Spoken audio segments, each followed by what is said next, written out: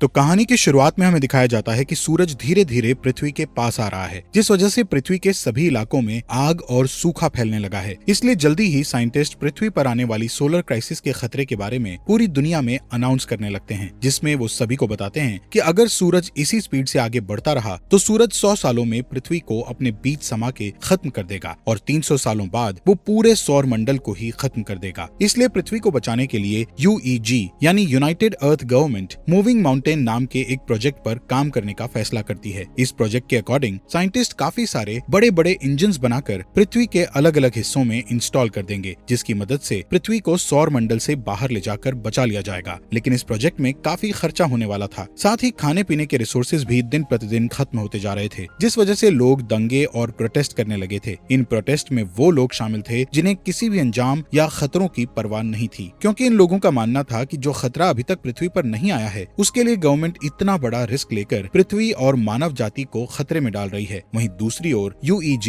Digital life नाम के एक प्रोजेक्ट यानी DLP पर बैन लगा देती है, जिस वजह से प्रोटेस्ट और भी ज्यादा बिगड़ जाते हैं, क्योंकि DLP एक कट्टर ग्रुप था जिसका मानना था कि इंसानों का फ्यूचर सिर्फ कंप्यूटर में है। असल में वो एक ऐसा प्रोग्राम डेवलप करना चाहते थे जिससे इंसान अपने दिमाग को एक डिस्क में अपलोड कर सकता था, लेकिन रिसोर्सेज की कमी के कारण वो इस प्रोग्राम को आगे नहीं बढ़ा सकते थे। इसलिए रिसोर्सेज के लिए वो हैकिंग करके UEG पर आतंकवादी हमला करते रहते थे। इन सब के बीच UEG नोटिस करती है कि उनके मूविंग माउंटेन प्रोजेक्ट से लोगों का विश्वास उठता जा रहा है, जिस कारण काफी सारे लोग इस प्रोजेक्ट को रोकने की कोशिशें कर रहे हैं। पर तभी चाइनीज एम्बेसडर जाओ इस प्रोजेक्ट के पहले पार्ट को कंप्लीट करने का कहते हैं, क्योंकि उनका मानना था कि पहला पार्ट जल्द ही पूरा हो जाएगा और लोगों को दोबारा उनके मूविंग माउंटेन प्रोजेक्ट पर विश्वास होने लगेगा। जाओ कहते हैं कि इस पहले पार्ट को कंप्लीट करने के लिए सबसे पहले चंद्रमा पर मौजूद इंजन्स की टेस्टिंग की जाएगी, क्योंकि हम चंद्रमा को भी सौर मंडल से धकेलने का प्लान कर रहे हैं ताकि पृथ्वी का ग्रेविटी से कनेक्शन टूट जाए। वहीं UEG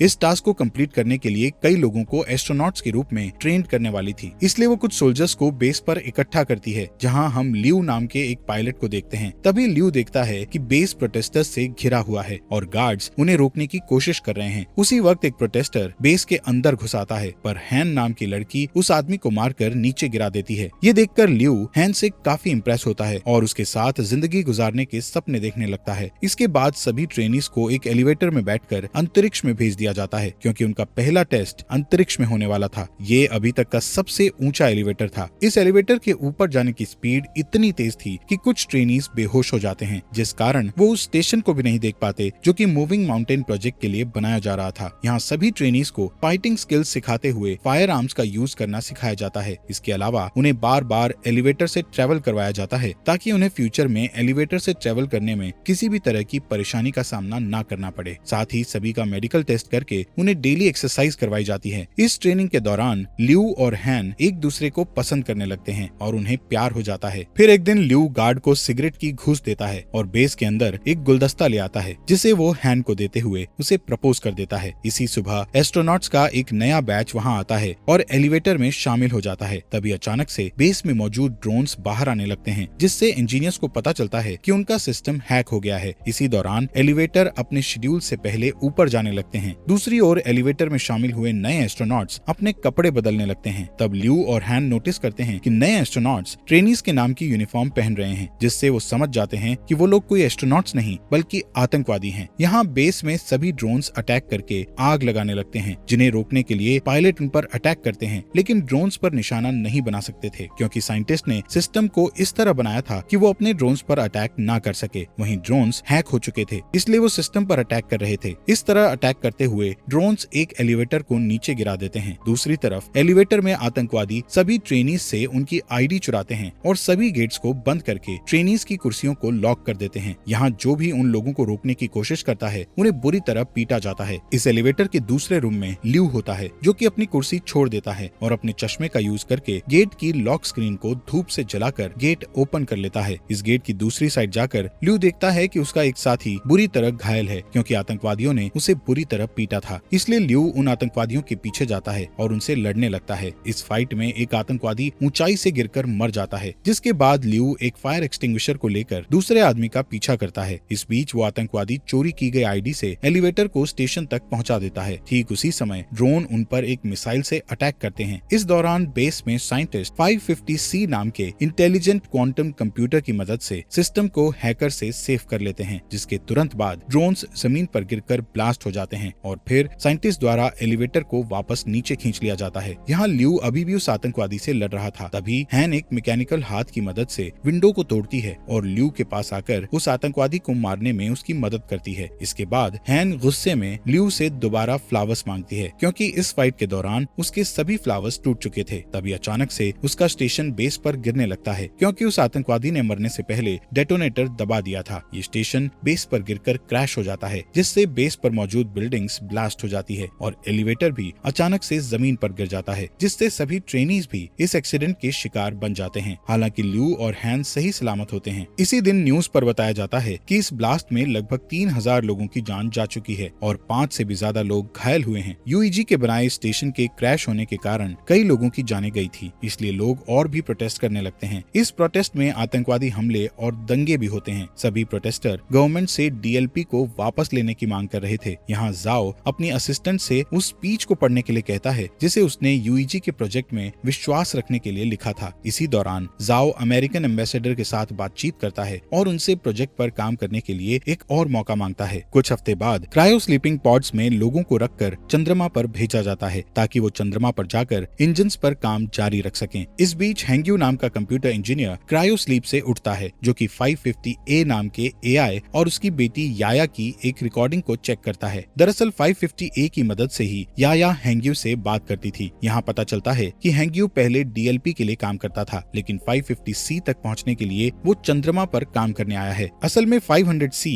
पूरे बेस को कंट्रोल करता है, इसलिए हैंग्यू को लगता है कि वो 500C का यूज याया की क्लिप बनाने में करेगा, जिससे कुछ सेकंड्स के लिए उसकी मरी हुई बेटी का दिमाग एआई में डेवलप हो जाएगा। यहाँ टीम के बाकी मेंबर्स के साथ काम करते हुए हैंग्यू को पता चलता है कि जाओ नाम का कंप्यूटर रिसर्चर 550C का इंचार्ज है और वो चाहता है कि हैंग्यू उनके सिस्टम के ऑपरेशंस पर उनके साथ काम करे। इसके बाद हैंग्यू और जाओ 550C का पहला टेस्ट बेस के हर एक सेक्टर को एक्टिवेट करके करते हैं। जब वो कंप्यूटर के द्वारा वर्क के पूरा होने का वेट करते हैं, तब जाओ हैंग्यू को अपने दिमाग की डिजिटल कॉपी देता है, जिसे कंपनी ने जब्त कर लिया था, क्योंकि उन्होंने डीएलपी पर बैन लगा दिया था। यहाँ जाओ हैंग्यू को समझाता है कि ये तुम्हारे ऊपर डिपेंड करता है कि तुम इस कॉपी को डिस्ट्रॉय करना चाहती हो या नहीं। कुछ समय बाद हैंग्यू याया की क्लिप जाओ को दिखाता है। इस बीच हैंग्यू उस दिन को याद करता है जब वो अपनी पत्नी और बेटी के साथ कार से कहीं जा रहा था। तब अचानक से उसकी कार एक ट्रक से टकरा गई थी, जिससे उसकी पत्नी की तुरंत ही डेथ हो गई थी। पर याया कुछ समय तक जिंदा थी, इसलिए हैंग्यू याया के दिमाग को कंप्यूटर के जरिए जिंदा रखने के लिए उसे डीएलपी के पास ले गया था। लेकिन वो लोग उसकी मदद करना नहीं चाहते थे, क्योंकि उनकी टेक्नोलॉजी अभी तक तैयार नहीं हुई थी। इस बीच हैंग्यू की मुलाकात जाओ से हुई, जो कि पहले डीएलपी में काम करता था। यहाँ जाओ ने हैंग्यू पर एहसान करते हुए याया के दिमाग को 550A नाम के एआई में डाल दिया था। यहाँ प्रेजेंट में हैंग्यू जाओ से रिक्वेस्ट करता है कि वो याया पर 550C का यूज करे, जिससे याया पूरी तरह एआई में बदल सके। जिस पर जाओ हैंग्यू से कहता है कि याया के लिए 550A ही काफी है। इसी बीच उनका सिस्टम डिटेक्ट करता है कि वहाँ Z9 लेवल का सोलर स्टॉर्म आने वाला है, जिससे सभी लोग बेस पर वापस जाने का सोचते हैं। लेकिन उनके पास जो गाड़ियाँ थी उनकी स्पीड ज्यादा नहीं थी, पर फिर भी वो कोशिश करते हैं और किसी तरह सभी इंजन्स को बेस में रखकर उन्हें सोलर स्टॉर्म से बचा लेते हैं। पर इस प्रोसेस में 550C एआई बुरी तरह जल जाता है, जबकि प्रोजेक्ट को 3 दिनों में लॉन्च करना था, जिसके लिए उन्हें एक एआई की बहुत ज्यादा जरूरत थी। तब हैंग्यू जाओ को अपना 550A एआई देने को कहता है, लेकिन इसके बदले वो फ्यूचर में 550 मॉडल्स डेवलप करने वाली टीम में खुद को शामिल करने का कहता है, जिस पर जाओ मान जाता है और हैंग्यू एआई से याया के दिमाग के डिस्क निकाल लेता है। 3 दिन के बाद टीम इंजन्स का टेस्ट करती है। तब चंद्रमा कुछ सेकंड्स के लिए अपनी जगह से थोड़ा सा शिफ्ट हो जाता है, जिसे देखकर टीम बहुत खुश हो जाती है, क्योंकि इससे साबित हो जाएगा कि 20 साल में वो पूरी तरह से चंद्रमा को पृथ्वी से दूर कर देंगे। इसके अलावा टीम की इस सफलता से पूरी दुनिया के लोगों को मूविंग माउंटेन प्रोजेक्ट पर विश्वास हो जाता है। कुछ महीने बाद वो पृथ्वी पर इंजन का टेस्ट करते हैं, जिससे सभी स्क्रीन ब्लैक हो जाती हैं और लोगों को लगता है कि उनका टेस्ट फेल हो गया है। लेकिन अचानक उन्हें फील होता है कि जमीन हिल रही है। वहीं दूसरी ओर बेस पर मौजूद एस्ट्रोनॉट्स को आसमान में एक लाइट जलती हुई दिखती है। इससे यूईजी के साइंटिस्ट प्रूव करते हैं कि पृथ्वी अपनी जगह से थोड़ी दूर पर शिफ्ट हुई है। ये जानकर पूरी दुनिया जश्न मनाने लगती है। इसी तरह कई साल बीत जाते हैं और यूईजी बहुत ही शक्तिशाली इंजन्स को बनाता है, जो कि पृथ्वी और चंद्रमा को धक्का देकर मूव करके सौर मंडल से दूर कर देगा। साथ ही इस प्रोजेक्ट का नाम अब द वेंडरिंग अर्थ रखा जाता है और 550C द्वारा कई बिल्डिंग्स को बनाया जाता है। जाता है, जिसके बाद यूईजी हर साल एक नया टेस्ट करती है जिससे उनकी थ्योरी सही साबित होती है। इस तरह लोग यूईजी के प्रोजेक्ट को पूरी तरह एक्सेप्ट कर लेते हैं, जिस कारण डीएलपी पूरी तरह से गायब हो जाता है। इसके अलावा लोगों में ये भी चर्चा होती है कि गवर्नमेंट ने जो अंडरग्राउंड सिटीज बनाई है उनके अंदर जाने के लिए लोगों को पास खरीदने होंगे। यहाँ पता चलता है कि हर साल पृथ्वी का रोटेशन धीमा हो रहा था, जिससे एक दिन में 24 घंटे की जगह 60 घंटे का सिस्टम हो गया है और ग्लोबल इंटरनेट भी अब बंद हो चुका था। साथ ही पृथ्वी पर अब बाढ़ और सोलर रेडिएशन जैसी समस्याएं लगी थी, जिससे कैंसर की बीमारी बढ़ने लगती है। इधर ल्यू और हैन शादी कर लेते हैं और उनका एक बेबी बॉय होता है। वो दोनों परेशान होते हैं क्योंकि उन्हें उनके बेटे के लिए अंडरग्राउंड सिटीज का पास नहीं मिला था। इसी बीच हैन को कैंसर हो जाता है, जिससे वो दोनों और भी परेशान हो जाते हैं। यहाँ हैंग्यू नए 500 डेवलपमेंट की हेल्प से याया के लिए एआई बनाता है, जिसे वो 550W का नाम देता है। यहाँ हमें बताया जाता है कि स्टेशन को गिरे हुए 14 साल बीत चुके हैं और अब ल्यू मेजर की पोस्ट पर आ चुका है। एक दिन ल्यू को अंतरिक्ष में भेजने के लिए उसका इंटरव्यू लिया जाता है। यहाँ 550W उसका इंटरव्यू लेता है और बताता है कि ल्यू के स्किल्स इम्प्रेसिव हैं। इसके अलावा 550W ल्यू की फैमिली में हो रही परेशानियों के बारे में भी बताता है और कहता है कि ल्यू को पृथ्वी पर रहकर अपनी फैमिली की देखभाल करनी चाहिए, जिस पर ल्यू कहता है कि मुझे अपनी फैमिली को पीछे छोड़ने का दुख है, लेकिन मुझे अपने बेटे को अंडरग्राउंड सिटी में भेजने के लिए बेस पर आकर काम करना पड़ेगा। यहाँ मिरर के दूसरी साइड प्रोजेक्ट के इंचार्ज साइंटिस्ट इस इंटरव्यू को सुन रहे थे, जिसमें हैंग्यू ल्यू की बातें सुनकर अपनी बेटी की याद करने लगता है। इसके बाद 550W बताता है कि हैन की जल्दी ही डेथ होने वाली है, जिस कारण ल्यू पूरी तरह से टूट जाएगा और स्ट्रेस टेस्ट में फेल हो जाएगा। इंटरव्यू के बाद ल्यू हैन के साथ टाइम स्पेंड करने के लिए हॉस्पिटल जाता है, जहाँ हैन कहती है मैं आखिरी बार अपने होम टाउन को देखना चाहती हूँ, पर मौसम की समस्याओं के कारण उसे होम टाउन में ले जाना बहुत मुश्किल था। इधर हैंग्यू ल्यू की बातों से इतना इमोशनल हो गया था कि वो चोरी से बेस में घुसकर याया के दिमाग को 550W से जोड़ देता है और उसे सिस्टम में देखने लगता है, जिससे वो इमोशनल होकर रोने लगता है। तभी जाओ गार्ड्स के साथ वहाँ आ जाता है और हैंग्यू को समझाने लगता है कि उसे याया की डेथ को एक्सेप्ट करना होगा, जिस पर हैंग्यू मना कर देता है और याया को पूरी तरह से 550W में अपलोड कर देता है, जिससे चंद्रमा के सिस्टम में तुरंत प्रॉब्लम आना शुरू हो जाती है और सभी इंजन्स फेल होने लगते हैं। इसके बाद गार्ड्स हैंग्यू को पकड़ लेते हैं और अपने साथ ले जाते हैं। इधर जाओ याया की डिस्क को निकालकर 550W एआई को बंद कर देता है। इस बीच ल्यू अपने पुराने दोस्तों के जरिए एक जेट उधार लेता है और हैन को उसके होम टाउन ले जाता है। कुछ ही समय में वो शंघाई सिटी में लैंड करते हैं, जो कि अब बर्फ से जमी हुई बंजर जमीन बन चुकी थी। दोनों सितारों को देखते हुए बातें करते हैं, जहाँ हैन ल्यू से कहती है कि मैं समय आने पर शान से मरना चाहती हूँ। यहाँ यूईजी के लोग हैंग्यू के द्वारा की गई सिस्टम प्रॉब्लम्स के बारे में बात करते हैं और नोटिस करते हैं कि ये उस हैकिंग की तरह ही है जो कुछ सालों पहले ड्रोन और एलिवेटर के साथ की गई थी। इसलिए सभी 550W के सिस्टम को हैक करके सही करने का सोचते हैं, लेकिन वो हर बार ब्लॉक हो जाते हैं। तभी अचानक चंद्रमा के इंजन ब्लास्ट हो जाते हैं, जिससे चंद्रमा पृथ्वी की ओर आने लगता है। दूसरी तरफ जाओ समुद्र के पास खड़ा होता है और सभी देशों के लीडर्स को एक इमरजेंसी अलर्ट सेंड करता है, क्योंकि सुनामी धीरे धीरे बढ़ रही थी, जो जल्द ही जमीन से टकरा जाती है। इस इमरजेंसी के कारण ल्यू को भी वापस ड्यूटी पर बुलाया जाता है। वहीं लीडर्स पहले से ही अंडरग्राउंड सिटी को खोलना शुरू कर देते हैं ताकि वो सुनामी से लोगों की जान बचा सकें। यहाँ ल्यू के मिशन पर जाने से पहले ही हैन की डेथ हो जाती है, इसलिए उनके बेटे को हैन के पिता अंडरग्राउंड सिटी में मिल जाते हैं। इस बीच जाओ यूईजी से सपोर्ट मांगते हुए कहता है कि उन्हें पृथ्वी के सभी परमाणु हथियारों का यूज करके चंद्रमा पर अटैक करना होगा, ताकि वो चंद्रमा को पृथ्वी से टकराने से रोक सकें, जिस पर सभी देश अपने अपने हथियार सौंपने के लिए मान जाते हैं। इस बीच जाओ हैंग्यू से मिलने के लिए जेल में जाता है और उसे बताता है कि वो पृथ्वी के इंजन्स को जल्द से जल्द एक्टिव करना चाहते हैं, लेकिन इसके लिए उन्हें ग्लोबल इंटरनेट को फिर से एक्टिव करना पड़ेगा। साथ ही जाओ बताता है कि इंटरनेट का एक सर्वर पानी में डूब गया है, जिसकी केयर करने के लिए उन्हें हैंग्यू की जरूरत है, लेकिन हैंग्यू जाओ की बात नहीं मानता है। तब जाओ उसे याया के दिमाग की डिस्क दिखाकर उसे ब्लैकमेल करता है, जिससे हैंग्यू को उसकी बात माननी पड़ती है। इसके बाद हम देखते हैं कि परमाणु को ट्रांसपोर्ट करने के लिए ल्यू के साथ साथ कई पायलट को चुना जाता है। वहीं पृथ्वी पर मिसिंग इंटरनेट सर्विस की देखभाल के लिए 3 टीम्स को बीजिंग, टोक्यो और डैलस भेज दिया जाता है। इसके बाद चुने हुए पायलट्स शटल्स के साथ चंद्रमा के लिए रवाना हो जाते हैं, जहां अंतरिक्ष में एस्ट्रॉइड्स प्लैनेट तेजी से शटल से टकराने लगते हैं, जिससे कई शटल्स क्रैश हो जाते हैं और टीम को 200 हथियारों का लॉस हो जाता है। इस वजह से अब उनके पास सिर्फ 180 हथियार ही बचे होते हैं। थोड़ी ही देर में बाकी के शटल्स चंद्रमा की सतह पर आ जाते हैं, लेकिन तभी एस्ट्रॉइड्स एक शटल को हिट कर देता है, जिससे ल्यू की शटल भी क्रैश हो जाती है। इसलिए उन्हें मजबूरन जमीन पर उतरना पड़ता है। इस दौरान उन्हें में 384 हथियारों का फिर से लॉस हो जाता है। यहाँ बचे हुए लोग टेप को ढूंढने लगते हैं ताकि वो उनके टूटे हुए हेलमेट को ठीक करके अपने घाव पर पट्टी कर सकें। इसके बाद वो लोग तय करते हैं कि वो लोग बचे हुए हथियारों को पैदल ही चंद्रमा पर फिट कर देंगे, पर ल्यू नहीं चाहता था कि इस काम को करके यंग लोग मारे जाएं, इसलिए वो अकेला शटल से बाहर आकर गेट को बंद कर देता है। यहाँ पृथ्वी पर तीनों टीम्स सर्वर की जगह पर पहुंचकर पानी के नीचे चली जाती हैं, जहाँ ड्रोन और स्पेशल टूल्स की मदद से हैंग्यू की टीम बिल्डिंग में जाती है और सर्वर का दरवाजा ढूंढने लगती है। लेकिन जब वो दरवाजे को जबरदस्ती खोलते हैं तो उनका एक आदमी बुरी तरह घायल हो जाता है। तब जाओ उसके घावों को सही करने की कोशिश करता है, लेकिन उनके पास घाव को ठीक करने के लिए कोई सामान नहीं था, जिस कारण उस आदमी की डेथ हो जाती है। जिसके बाद हैंग्यू और जाओ इंटरनेट को वापस लाने के लिए कनेक्शन बनाने का डिसीजन लेते हैं। दूसरी तरफ ल्यू हथियारों को एक ट्रक से ले जाने लगता है। तभी अचानक चंद्रमा का मलबा पृथ्वी से टकराता है, जिस वजह से बिल्डिंग्स हिलने लगती है और कुछ हार्डवेयर जाओ के पैर पर गिर जाते हैं, जिससे वो बुरी तरह फंस जाता है। तभी उस रूम में पानी भरने लगता है। दूसरी ओर हैंग्यू अपने ड्रोन की मदद से भी रूम का गेट नहीं खोल पा रहे थे, इसलिए जाओ उसे जल्दी से पासवर्ड की दे देता है, पर इस दौरान जाओ की पानी में डूबने से डेथ हो जाती है। इसके बाद चंद्रमा का मलबा पृथ्वी की मेजर लोकेशंस को डिस्ट्रॉय करने लगता है, जिससे अंडरग्राउंड सिटीज में जा रहे लोग पैनिक होने लगते हैं। वहीं यूईजी में जाओ को बुरी खबर मिलती है कि उनके पास परमाणु हथियारों का एक साथ ब्लास्ट करने के लिए समय नहीं है, जिससे जाओ उम्मीद खो देता है। पर तभी उसका एक आदमी उसे सोल्यूशन बताता है कि अगर वो अंतरिक्ष में और भी एस्ट्रोनॉट्स को भेज देंगे तो हथियारों को मैनुअली ब्लास्ट किया जा सकता है, यानी कि सभी एस्ट्रोनॉट्स को अपना सेक्रीफाइस करके दुनिया को बचाना होगा। इस ऑपरेशन के लिए 300 लोगों की जरूरत थी। यहाँ एक पुराना पायलट कहता है कि ऐसा करना हमारा कर्तव्य है, पर यंग लोग फ्यूचर की देखभाल करने के लिए हैं, इसलिए उनका सेक्रीफाइस ना किया जाए। उस पायलट की बात मानते हुए सभी पुराने पायलट्स को एस्ट्रोनॉट्स की टीम के साथ चंद्रमा पर पहुंचा दिया जाता है, जहां ल्यू